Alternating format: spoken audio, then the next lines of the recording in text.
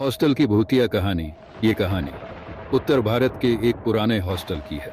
ये हॉस्टल शहर से दूर एक सुनसान इलाके में स्थित था। इस हॉस्टल की इमारत बहुत पुरानी थी और लोग कहते थे कि यहाँ कुछ अजीब घटनाएं होती रहती है। सालों पहले यह हॉस्टल एक अनाथालय हुआ करता था। कहते हैं कि वहाँ रहने वाली एक लड़की जिसका नाम राधा था। कई साल बाद इस इमारत को फिर से बनाया गया और इसे हॉस्टल में बदल दिया गया। वहां पढ़ाई करने आए छात्रों को पहले तो कुछ महसूस नहीं हुआ, लेकिन रात होते ही उन्हें डरावनी आवाजें सुनाई देने लगी।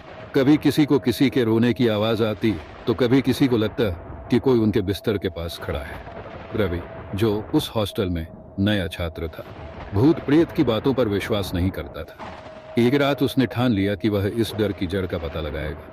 रात के 12 बजे वह हॉस्टल की छत पर गया जहां सबसे ज्यादा अजीब घटनाएं होती थी। जैसे ही वह छत पर पहुंचा उसे ठंडी हवा का झोंका महसूस हुआ। अचानक उसे लगा कि कोई उसके पीछे खड़ा है, लेकिन वहां कोई नहीं था। तभी उसे एक लड़की की परछाई दिखाई दी जो दीवार के पास खड़ी थी। लड़की ने धीरे धीरे उसकी ओर देखा। उसके चेहरे पर गहरी उदासी थी, लेकिन उसकी आंखें खून जैसी लाल थी। डर के मारे रवि भागने लगा, लेकिन तभी उस लड़की की आवाज आई, मुझे क्यों छोड़ा, मेरी मदद करो।